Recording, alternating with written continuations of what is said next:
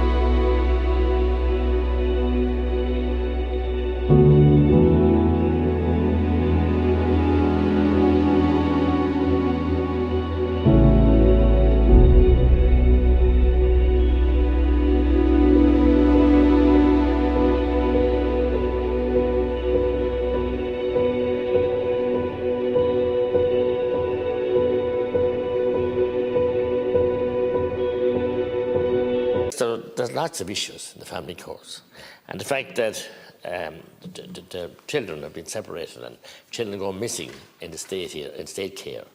Sure to God, that must cost you sleepless nights. Minister Roger Gorman says that Tusla and their actions don't cause them any loss of sleep.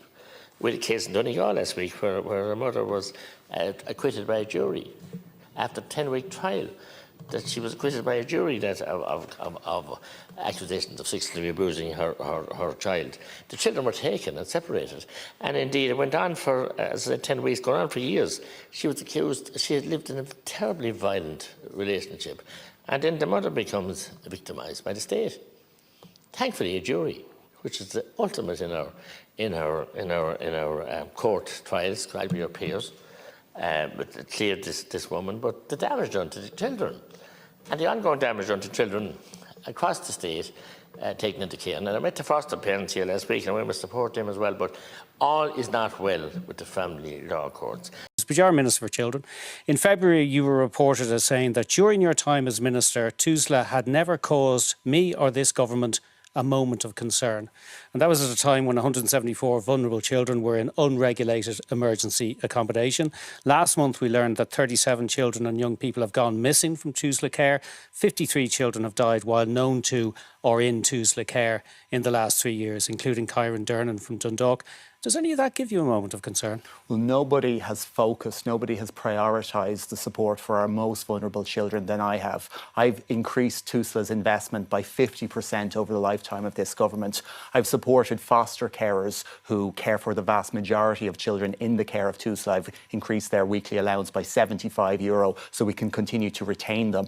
I've brought in new ways that Tusla can hire more social workers in terms of making agency staff permanent and new pathways for people to train as social workers. So I've focused on the delivery of those frontline services that Tusla needs in order to be able to provide for these incredibly vulnerable children. Tusla is the final safety net for so many of these children, and I've put in place the resources and I've put in place the staff so it can continue to do that important work. OK, Roderick O'Gorman, leader of the Green Party, thank you for joining us on 6-1.